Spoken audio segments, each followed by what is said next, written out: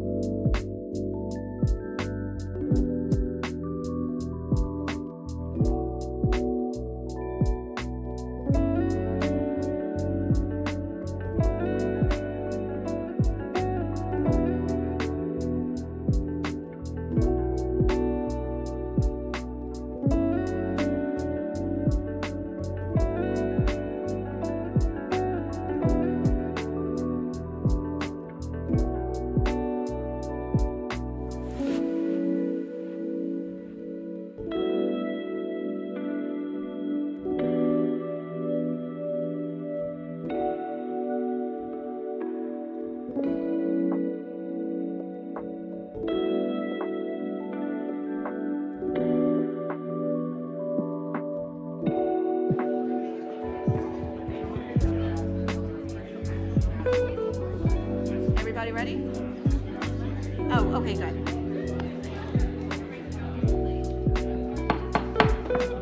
All rise to the Pledge of Allegiance. This way, that way. I pledge allegiance to the flag of the United States of America and to the republic for which it stands, one nation, under God, indivisible, with liberty and justice for all.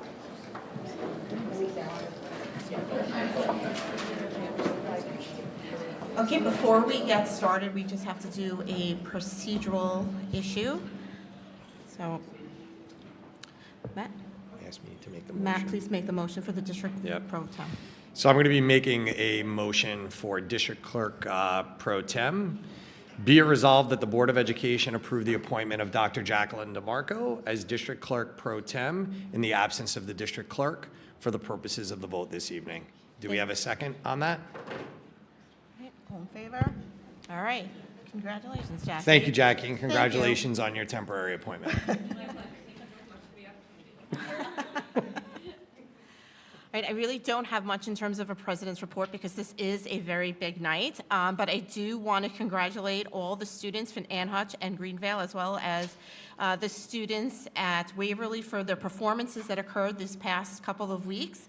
I know I'm a little bit partial to Ann Hutch because it's where my daughter had her 5th grade orchestra, and I do have to say the programs in the school have come so far from before COVID. It's just incredible to see the amount of children that are participating and that are eventually going to go up to middle school. So I do have to say congratulations to the chorus, the bands, orchestra, as well as our little Waverly Players Clubs for their little play that they put on about the Lions Club. So that was fantastic. And does anybody have any board reports at this point? No? All right, so Dr. Valenti. Okay. Big night.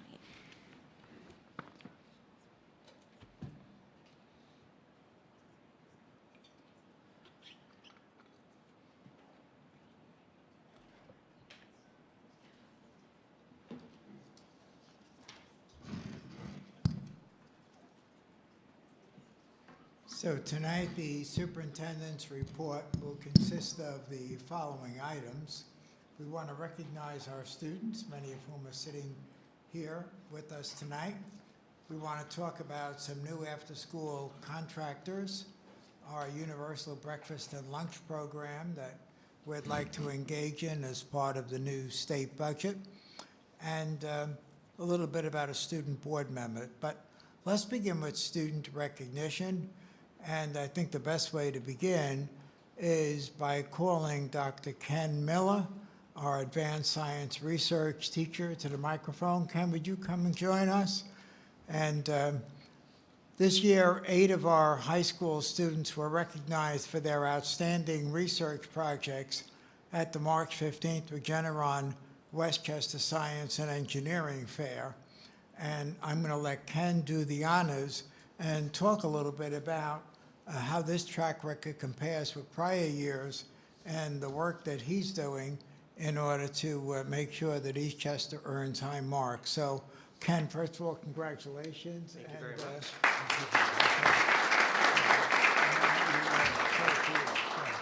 So first, I'll just have my students come up and talk just briefly about their projects and some of the recognition they had. So first, I'll call up Max Lind.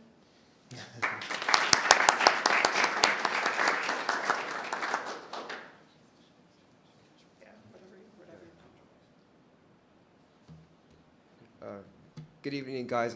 Thank you for being here tonight. My project was on modeling crystal stability using neural networks. So I built an AI model that could take the structural and chemical information of a crystal, and then the model would predict whether that crystal was stable enough to be used in real-world applications like semiconductors, solar cells, batteries, etc. And my model was able to achieve 90 to 98% accuracy, which is very, very promising. And that, as you can see, it got second place in the chemistry category at WestF. And this class has honestly been one of the best experiences of my high school career. Well, first of all, it taught me a lot of useful skills like coding, dabbling into AI, which is, as you know, an ever-growing field in today's world, and also presentation skills, designing posters, etc. But I think the most important part of it was being able to start doing research, which is something I've never considered as a career or even thought of doing in high school. And from like reviewing the existing literature to coming up with my own original idea and implementing it, it was a very useful start and into research, and it's an experience that I will carry throughout my undergraduate career and possibly postgraduate career, which is something I hadn't considered until now. So this has been a very useful experience for me. Thank you.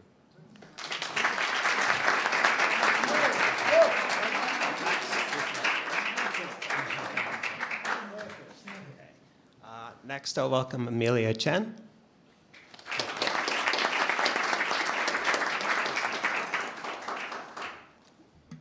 Hi guys, my name's Amelia.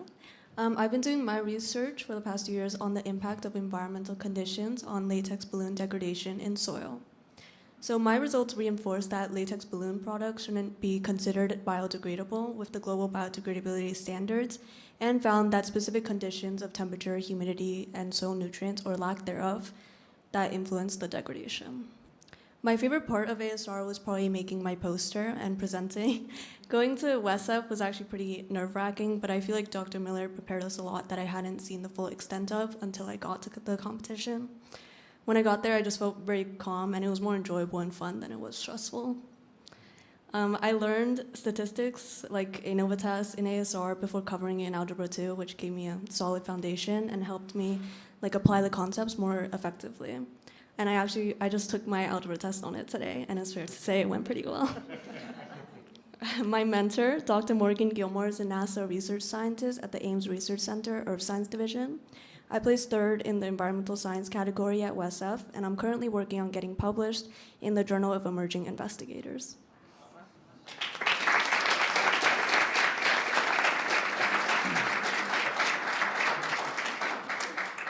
Next, I'll have Nomun Unjak.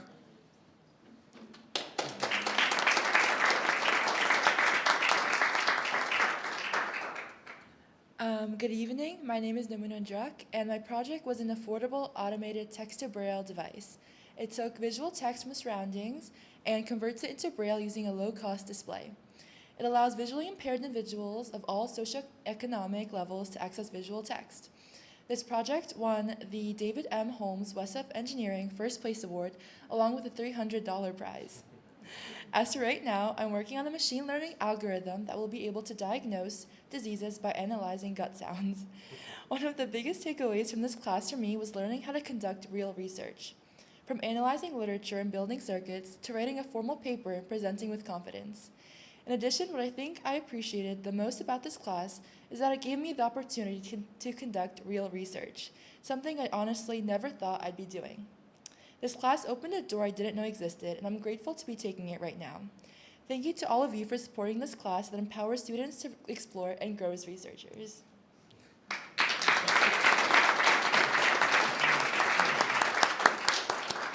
And one more, Jose Fanegas, who I wasn't sure was going to make it tonight, so thank you, Jose. Hello, everyone. As Dr. Miller said, my name is Josue Venegas, and I've been in the Advanced Science Research Program for all 3 years of high school. I have been studying, this is a long name, but my project is called The Inhibitory Effect of Pseudomonas fluorescens on Pantheoanitis inoculated to Eristus sativa. In other words, bacteria in rice. I last year was determining whether or not there was a protective relationship between one of the bacterias in the presence of the other bacteria in rice, of which I was luckily earning and won gold medal in Genius Olympiad, which was only awarded to 73 projects out of 2,000. It was an international science competition, and it also earned me about a $30,000 scholarship in RIT. In WestF, I was luckily placed second in the plant science category with my project, as well as given 2 other awards. And this year, I was determining if the drought-like conditions in the environment had an effect on this protective relationship, of which I luckily earned the T-Town Young Environmentalist Award. Overall, this experience in advanced science research has consolidated my interest in the science, in a science career, as well as helped me develop a sense of determination as well as perseverance, because I had to work around a lot of the various struggles that I have since I did not have a mentor. Thank you.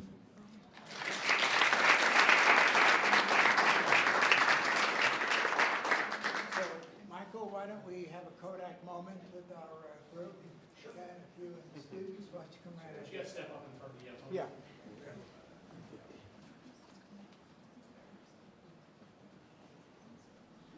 Very good.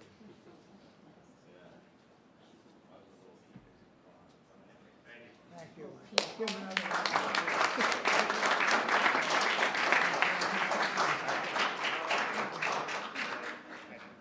How much time do we have? 1 minute. 1 minute? Yeah, yeah, 1 minute. So I had a Not gonna get it presentation. 1 minute. So I had a presentation, but I think we're running short on time. I just want to What say did you want to do?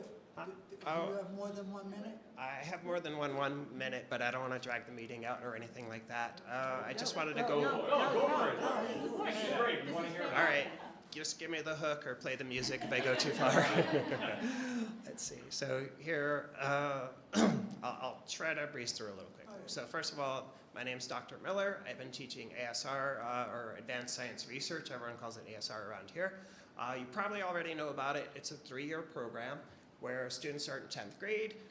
For a little less than the first year, we develop research skills. Afterwards, the students choose a project for whatever they want to do within reason, of course. It's absolutely critical that they have to choose something that they're interested in doing, and they could do just about anything they want. When I got here, the class was a little disrupted by the untimely passing of the previous ASR teacher, unfortunately, and there was a lot of research skills that needed to be strengthened. I didn't have a whole lot of curriculum to base this on because it's not really a standardized course at the moment, like AP Physics or Chemistry or something like that. But I do have a background in research. I used to do experimental physics and laboratory astrophysics. And based on that, I came up with a curriculum that I think gives them the core ideas they need to have an enriching high school research experience, as well as a foundation for a future career in modern science. So here, very quickly, I'll breeze through it because I know I'm short on time. We go through bare minimum of philosophy. We're not reading the philosopher's writings, just what is science at its heart, and what does it mean to do science? What are the goals? The scientific literature, which is just navigating the established record of papers that have been published and validated through peer review. Experimental design, where students learn how to design their own experiments. This is kind of one of the more fun parts. So we teach the students how to design experiments with all the different variables, how to remove bias. And at the end of this, they have to do a little fun experiment, which usually lasts about a week. So they're running around swabbing teachers' hands to find out which teachers have the dirtiest hands. It turns out any teacher with a dog has the most microbes on their hands. We've cultured that in Petri dish. Aiden and Wayne made a very carefully controlled experiment showing that the air dryers in the bathrooms can blow up mold. And just a bunch of really fun and interesting experiments where they're really practicing real life skills. After that, we go over data analysis, where, as Amelia was talking about, we learn a little bit of statistics and even skills like using a spreadsheet, which are very useful. And finally, scientific communication, which I forgot who mentioned that, but really important for a scientific career, really important for our competitions. The ultimate goal here is to make our students able to develop their own independent research projects and very competently and confidently be able to answer any research question they have. Okay, so we're going up the Bloom's taxonomy all the way to creation, which is the highest achievement for a teacher in my perspective. Here's just a very short list of all the crazy things they've come up to do. We've found octopuses to run psychology tests on. We've coded quantum computers. We've done simulation of radiation. And as Max is doing and a few others, we're working with artificial intelligence. Real quickly, we've been recognized at the WESF competition. We got 2nd and 3rd place in the first year, as well as some other awards in biology and engineering. The second year was really great. We had our first place in chemistry, Aiden and Rain, for how to use UV light to degrade polyethylene. And then we got a lot of other placements. That was the year that Josue went to the Genius Olympiad and got international recognition. And this year, Max got 2nd place in chemistry, Amelia 3rd place, Noman got 1st place in the engineering, and we won awards in engineering, math, and environmental. Now, I'm really proud to declare this. We have some ASR students who are now actually publishing in peer-reviewed journals their actual ASR projects. So this is Innocent Asen. I have 24. I think she was actually 23. She's at Oneonta right now.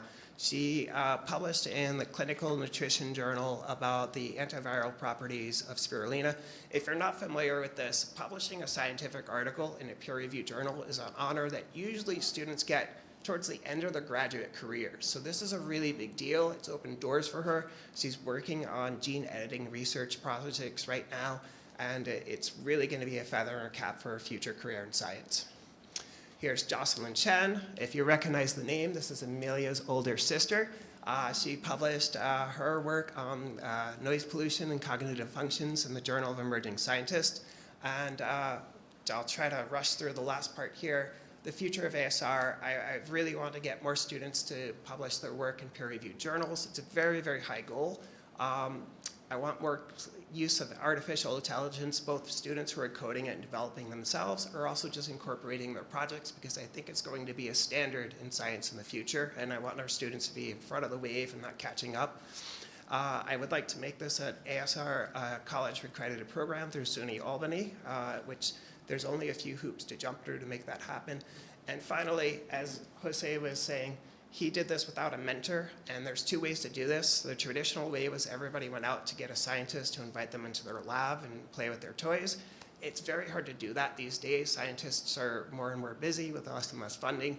And what I'm trying to do, since I have a science background, is develop an in-house laboratory so students can get started on a project right away. They could still look for mentors outside the school, but at the same time, we could get a project done as either a backup or just a supplement. So that's just the direction we're going with ASR. And thank you so much for having me today and letting me talk about this.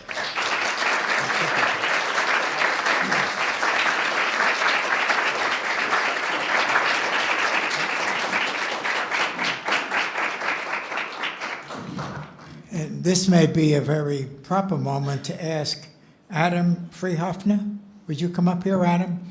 Adam is a new appointee for our high school chemistry program. We hired Adam earlier this week. I lost track of time, or last week. Adam, welcome aboard. Would you say a few words as a new member of our science department? Yeah, Adam? sure thing. Yeah. Good evening, everybody. My name is Adam Freihofner. I grew up in the area, Scarsdale, just around here. I'm finishing up my studies at Stony Brook University right now with graduation this week, and I'm very excited to get started here. So, thank you.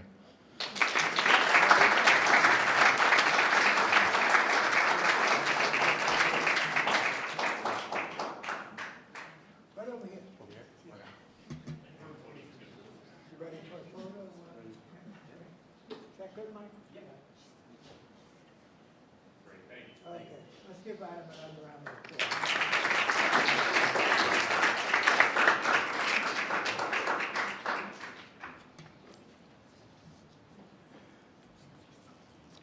So we thank you, Dr. Miller, and your team. It's a great presentation. We want to continue with student recognition. On Monday, May 19th, the High School Players Club received 8 Metros nominations for the spring musical production of Guys and Dolls.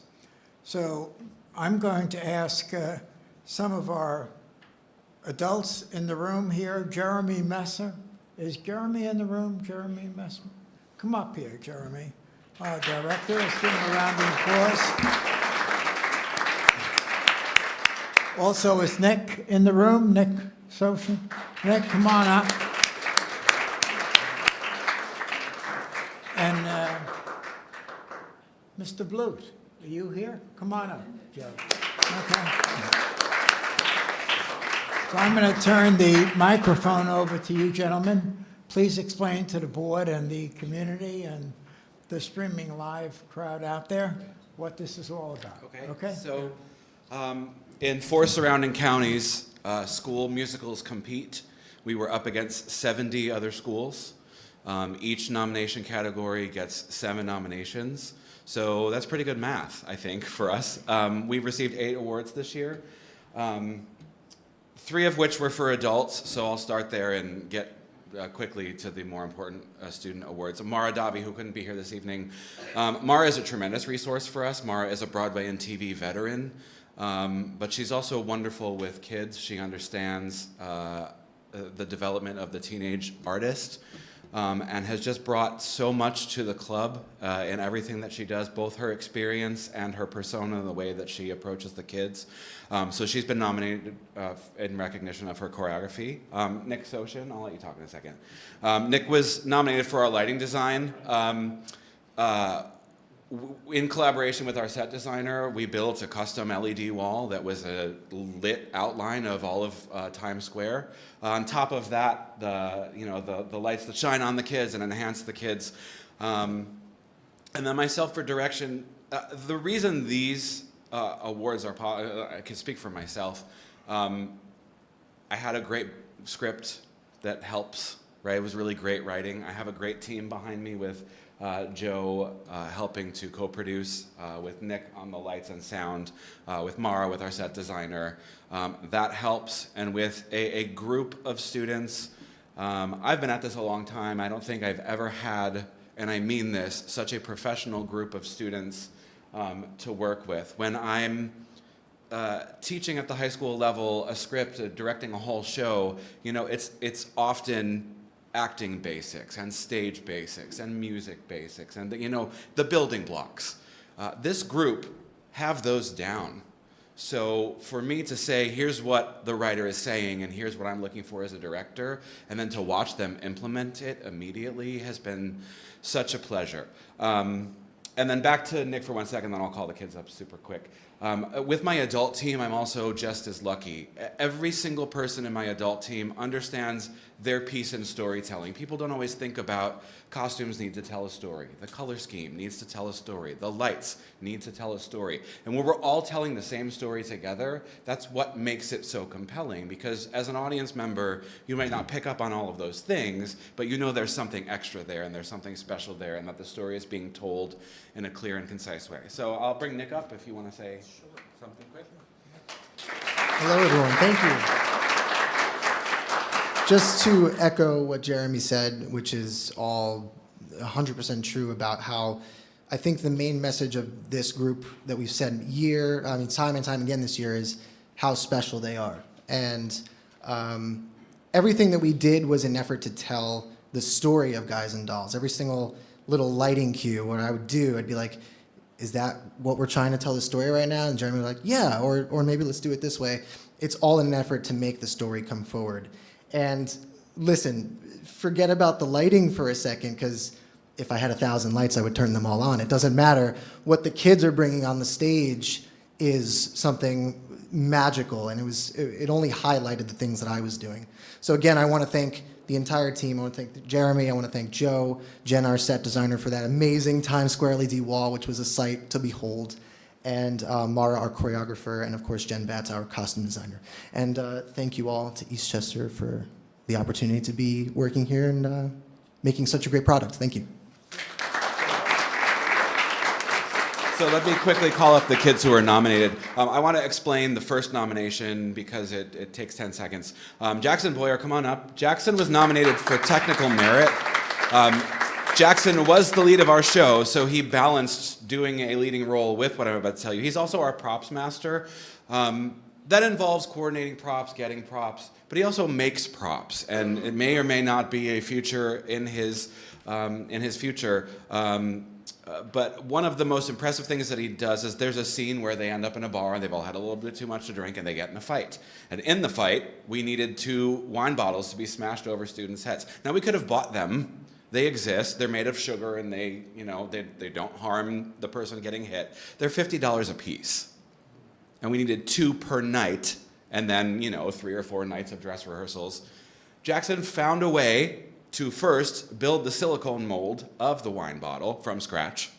And then he got the sugar concoction just right to fill the mold and to create the wine bottles. And they worked brilliantly. They did not harm the actors. They broke very convincingly. So the ingenuity, the mind that some of these students are able to come up with doing the research and things. So that was a deserved nomination. So a round of applause for Jackson for sure. And then the other awards, and I'll kind of wrap up here, the other nominations were all for performance. So we've gotten 3 performance-based nominations. The first was for a small group number, and that is the trio of the Fugue for Tin Horns. Kieran Maldonado, Sam Frederick, and Luke Ambrosio, come on up. Sam Frederick and the full cast was nominated for the large production number of Sit Down, You're Rockin' the Boat. So Sam, come on up, you're here already. Sam was also nominated for his role as featured role, as was Matt Gutierrez for supporting male actor. So Matt, come on up.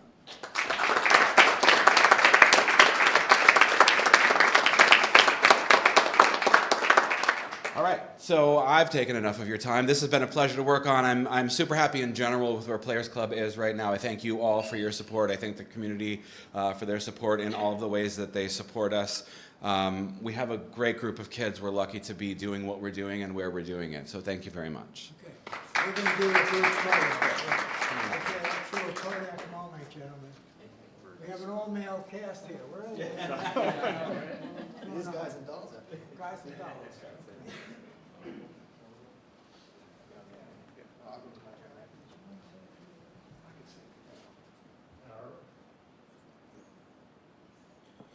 Great, thank you. Thank you.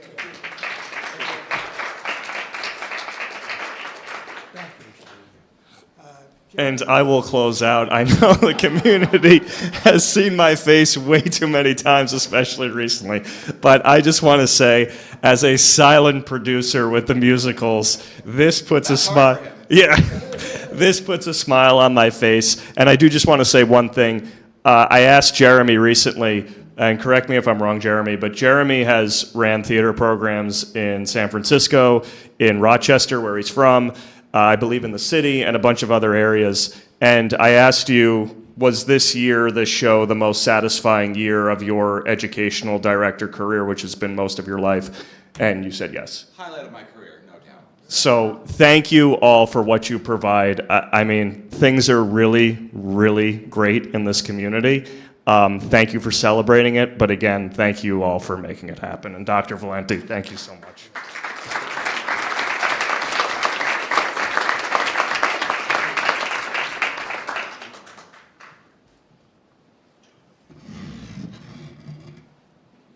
Okay, that was great, wasn't it?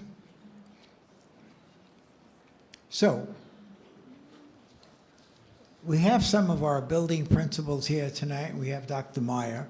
I very briefly want to report that starting next year in September, we're going to replace the Y program, which is our before and after school care program at Ann Hutch, Greenvale, and Waverly, with Right at School. So it might be wise to ask Dr. Meyer, would you say a few words about Right at School and briefly tell the board what you did with our principals to make this happen? Absolutely. So this was obviously, it was a very difficult decision in terms of exploring alternatives to our current model of before and after school care. And we did this with great thoroughness and thoughtfulness, and it was a long process. But through the process of working with the building leaders, we were able to identify a series of programs that we felt were even more structured, more supportive, more professional, more affordable, and more flexible in the services they offered our parents and our students, particularly at the elementary level. And what we settled on was actually this program, Right at School. Now, we are the first program, the first site in Westchester that they will be working with, but they work across the country. They work in Long Island. They work throughout New York, New Jersey. And actually, on Friday, they were here in the buildings, touring with the administrators, looking at the site. We're very excited about what they bring. We're very excited about the staff that they bring, the level of training that they bring to the staff, and what this will provide for families. Last night, we had a parent forum. We had over 70 parents on the call. They were incredibly thorough in just going through and addressing any and every question that came up from families. One of the core pieces of their commitment and our commitment in this partnership is really making sure there are no wait lists, that any student, or I should say any family that is interested in having care before or after school is given that opportunity. We also were very excited about some of the discounts they provided for our families. Not only was it as competitive and many price points more competitive than our current programming, but for siblings, there was a discount. For staff members, there was a 50% discount that the program offered. One of the highest rates of retention for their staff within the industry, and some of the highest rates of satisfaction that we could find. So while it's never easy to change, and I know the level of interest and commitment and the relationships that have been built over the years with the Y, we felt that this was really in the best interest of our families and our buildings and our students and our community. And they also made a commitment that staff members that are currently working for the Y, that we would like to have continue with them. They're open to the vetting and exploring. So there were a whole stream of aspects of this relationship that we felt was beneficial, and we're excited. So on September 1st, that will officially begin, and we look forward to a really promising school year. And the other exciting piece too, and I should add, is a commitment to also offer care on the half days and also look at opportunities for care over the vacations, which I know for many working parents is a real necessity. Actually, I was just having this conversation before. The challenge is myself in a district that has a lot of half days. I won't mention the district, but and the challenges that can sometimes provide in terms of my relationship with my in-laws. It's nice to have a after-school care program that can sometimes meet those needs and demands. And Right at School also has a drop-in aspect that wasn't currently available. So we'll continue to reach out to the community, continue to offer opportunities for ongoing questions or concerns, and excited about the future. Thank you.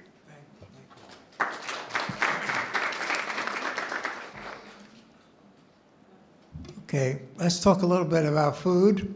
When we learned that the governor and the legislature are interested in discussing a universal breakfast and lunch program, I had meetings with our administrators, and several of them spoke very convincingly that we should look very hard at this option.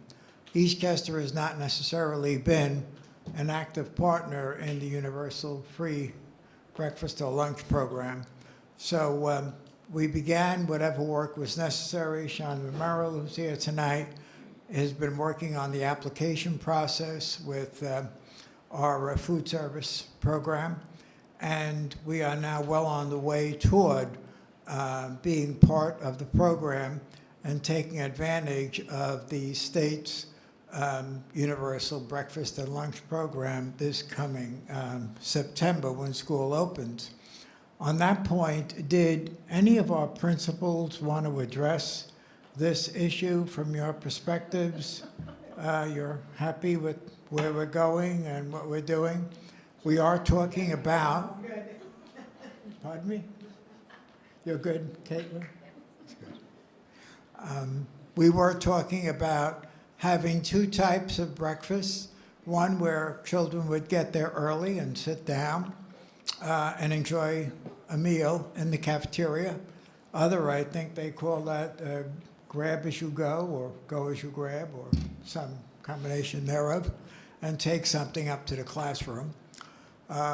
So accommodations would be made for both at all of our schools, particularly since, and this was purposeful, Bill addressed our program Right at School, where folks do arrive as early as, I guess, 6:30 in the morning, Bill? 7 o'clock? Yeah, 7 o'clock. So there's plenty of time to have a hearty breakfast, as well as a lunch. We're also focusing on healthy foods. I want to put that on the table, that we're trying to get rid of as much as possible. Pop-Tarts. What's your favorite, Joanna? Or, Gatorade. Any others that are targeted? Doritos, okay. So we really want to focus on healthy foods and give our students the best choices that are possible in that neighborhood. I don't know if the board members have any questions about either the pre or after school program or the universal breakfast and lunch program that any of our administrators, we have our whole team here tonight, our principals and our assistant principals, that any board members wanted further clarification on. Christine? Yeah, I was just curious, is this a different organization than what we have, who we have today, doing food service? Food service, we're still with Aramark. Okay. However, we will be going out to bid. Okay. Aramark will have to be one of the bidders. Yep. So I can't predict who will win the bid, but we're currently working with Aramark to speak about the application process.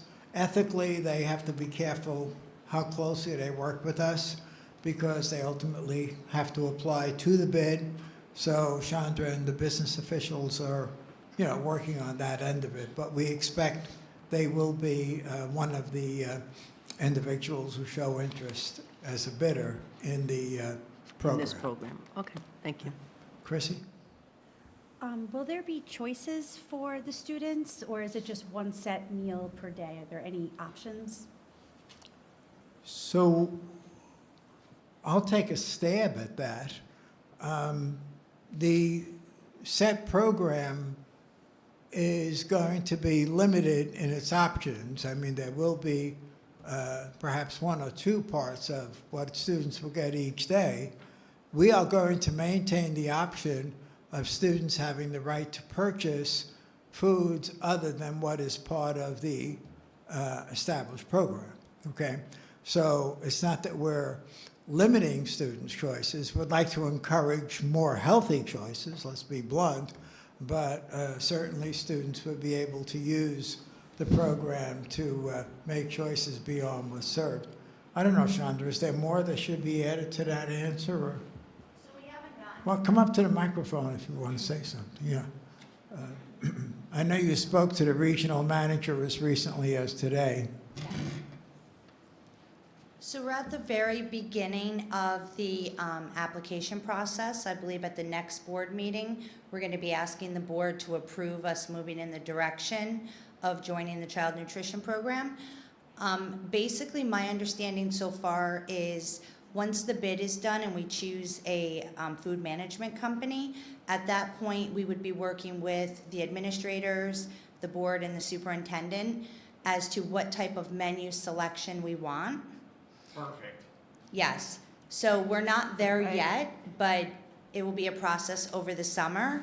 And hopefully we'll be able to be up and running by September 1st. That's our goal. That's great. And Shauna, thank you for bringing that up, because I think from my perspective, the sooner we can get Prime drinks, Pop-Tarts, Doritos, Cool Ranch, taquitos out of school with these kids, the better, frankly.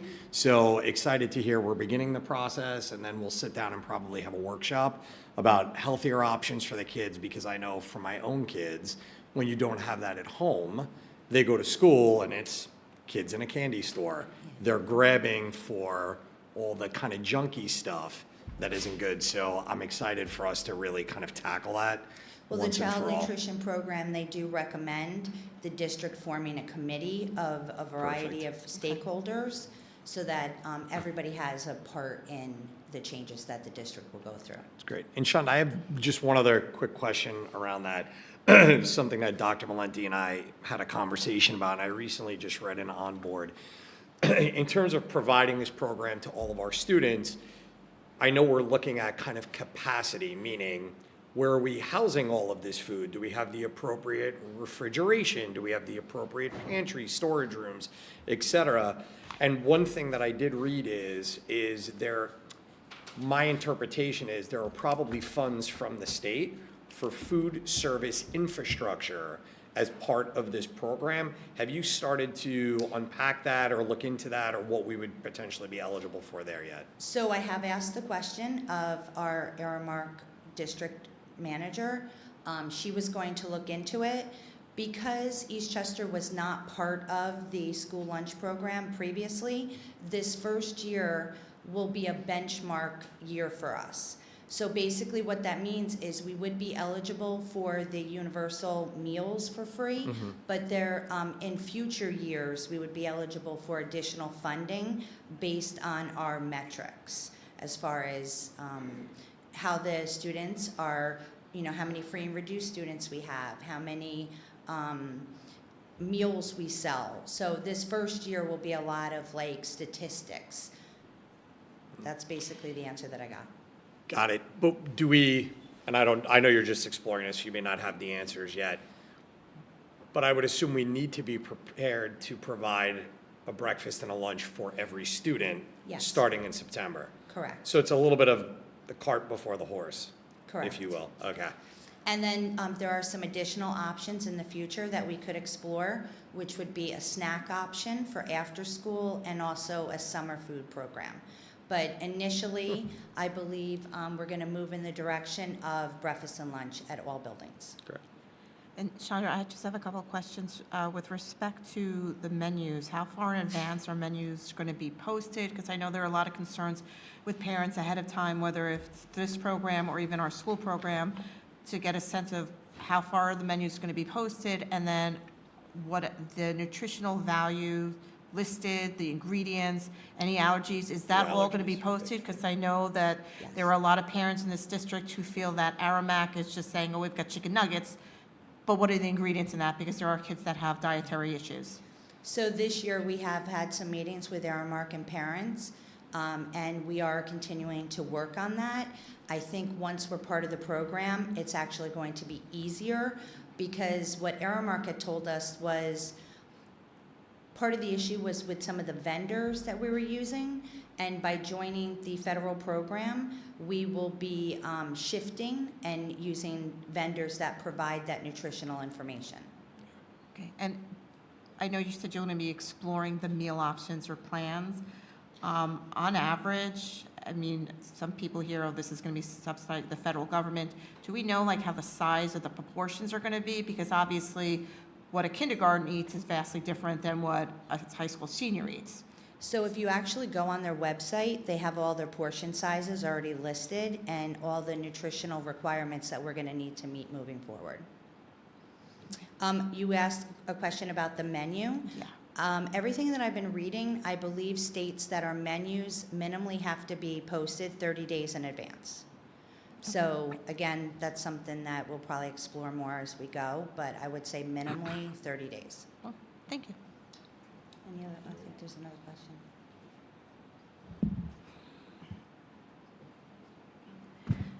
I'm sure the answer to this is yes, but in the summer, will a very detailed letter go out to the parents so that they understand what the changes are for their children, menus, all options, everything like that? Yes, definitely.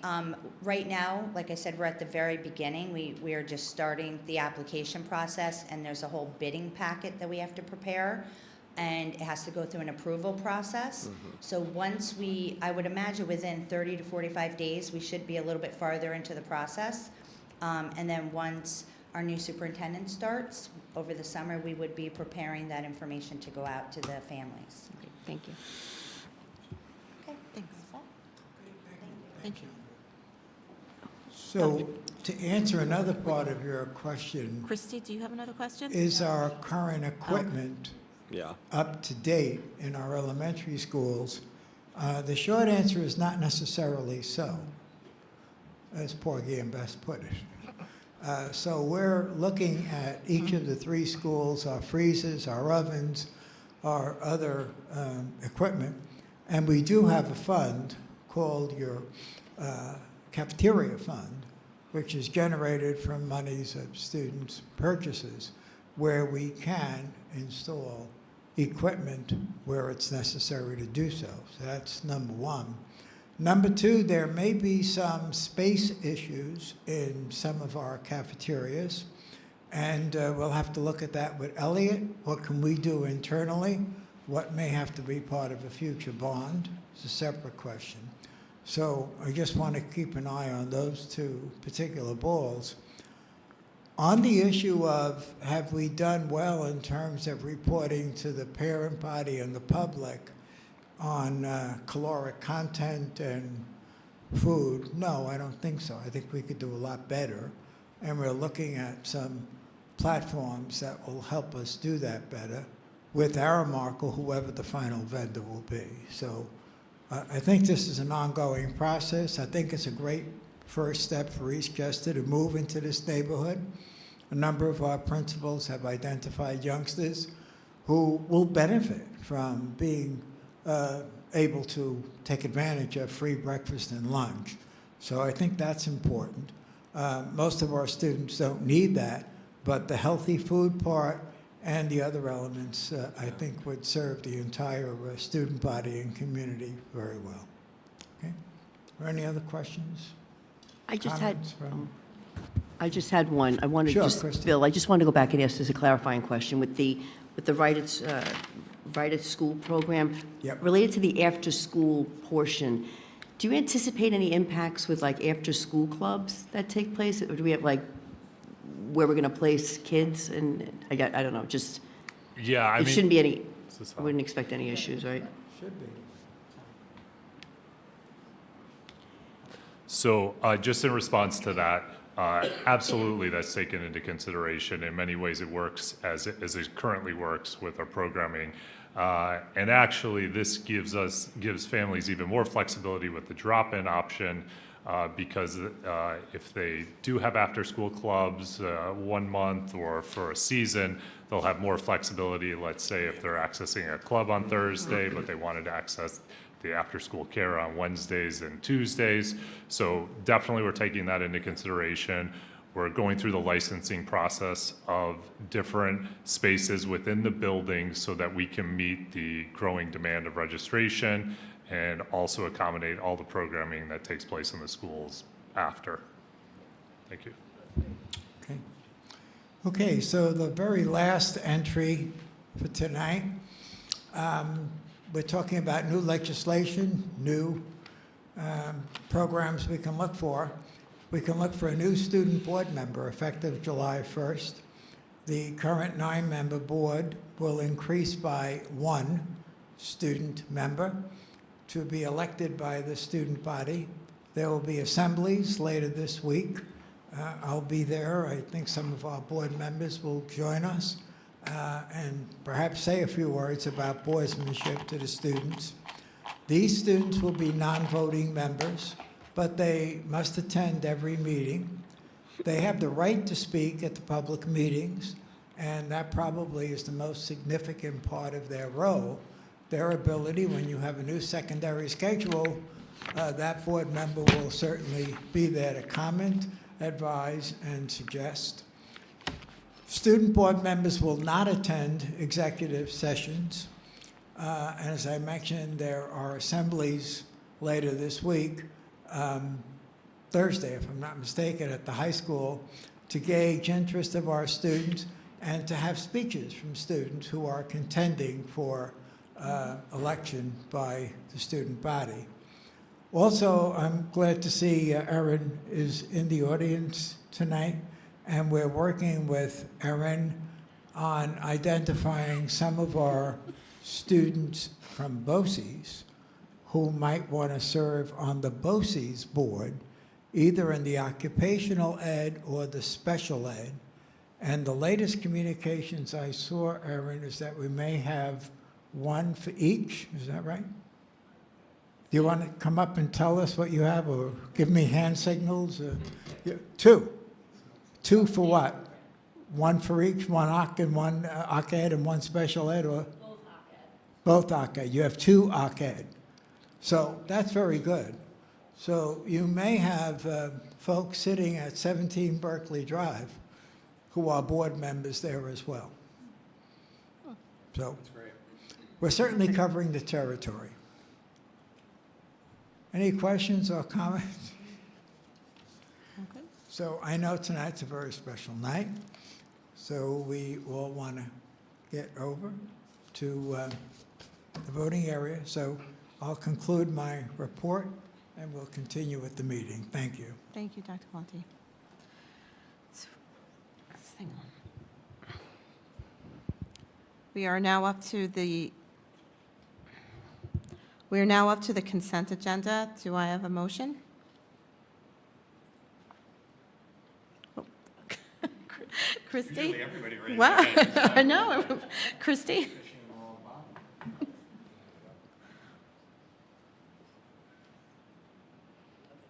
Yep.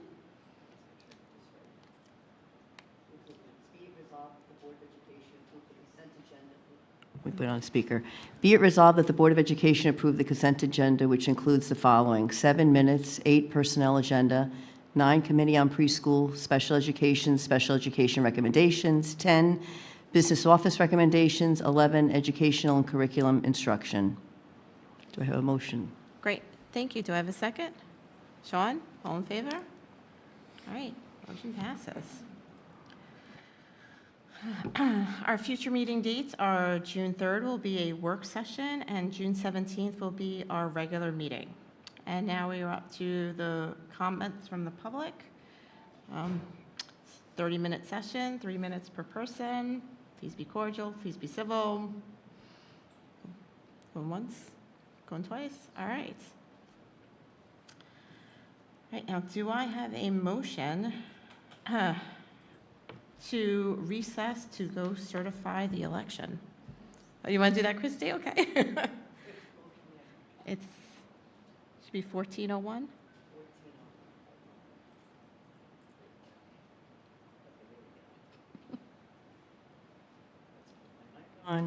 Be it resolved that the Board of Education hereby approves the motion to recess the meeting and go to the polling location and certify the election. All right, do I have a second? Lori, all right, all in favor? All right, everyone. Think, all right. No, that's it. I believe we, Okay. all right, we're just adjourning to go to the, yeah. Adjourn. We're adjourned, not formally adjourned, but Okay, we're adjourned. All right, have a good night, everyone. so I wish you Thank you, luck Dr. for Warren. tonight. Thank you. Oh, we have to sign documents for. All you need is one vote and you're home soon.